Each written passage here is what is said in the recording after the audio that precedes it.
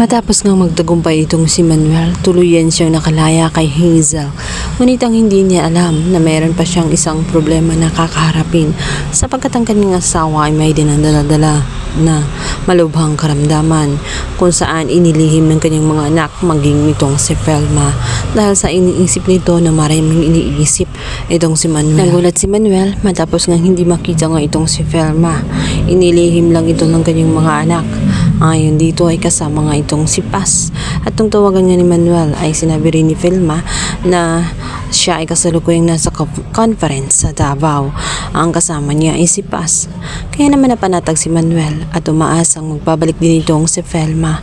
Ngunit ang malaking problema ay hindi pala totoo at nagsinungaling lamang itong si Felma sapagkat ang kasama niya ay si Noah. Nagbumilit kasi itong si Felma matapos nga kasi malaman na aalis itong si Noah. Nangangamba siya sapagkat hindi niya alam kung ano ang gagawin kapag sinumbong siya ng kanyang sakit dahil ang tanging nakakaalam lamang ay si Noah at itong si Dida. Natuwa naman itong si Felma matapos mabalitaan na nakauwi na ang kanyang asawa na si Manuel, subalit hindi niya maiwasan na mag-isip sapagkat kasama niya ngayon itong si Noah, subalit bumalik na ang kanyang asawa. Dahil sa pag-iisip nga niya na hindi na nga magkakaroon pa ng pag-asa silang dalawa dahil nga sa ginawa ni Hazel na kung saan ay para siyang kinulong, ngunit nakagawa ng paraan itong si Manuel kaya naman siya ay nakalaya. Ngunit malaking problema kung paano nga ba ang maging sitwasyon ngayong dalawa na sa buhay ni Felma ang mag-aalaga sa kanya.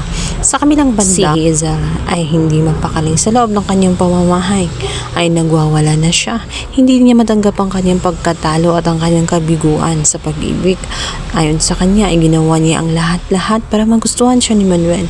Subalit napakasakit lang isipin na sa kabila noon ay hindi pa rin siya kayang mahalin ni Manuel. Iwan naman siya ng kanyang matalik na kaibigan na si Alice na sa kabila ng mga nangyari, hindi pa rin dapat na saktan niya ang kanyang sarili. Hindi pa katapusan ng mundo, may pag-asa pa siya. Ano naman kayang maiisip nga na pakulungan itong si Hazel? Magdadrama na naman ba kaya siya? Ano na naman kayang paikot-ikot na gagawin niya dito kay Manuel? Mauuto pa kaya niya ito? O tuluyan na ngang at tatanggapin ni Hazel na talo na nga siya pagdating sa pag-ibig at panalo na nga itong si Felma. Kailangan sukuan na lang niya itong si Manuel. Samantala, magugulantang naman itong si Manuel dahil bilangan darating itong si Paz at nang tanungin nga niya ito kung kamusta ang kanilang conference kasama si Felma. Subalit nagtaka itong si Paz sapagkat hindi naman niya kasama ang sinasabing si Felma. Kaya naman biglang nalito itong si Manuel. Papaanong sinabi nga ni Felma na kasalukuyan siyang nasa conference sa Davao.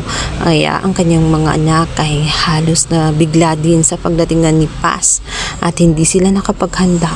Tuloy nang malalaman ni Manuel ang katotohanan na nagsinungaling si Felma at ang totoo talaga ay kasama niya itong si Noah sa Davao.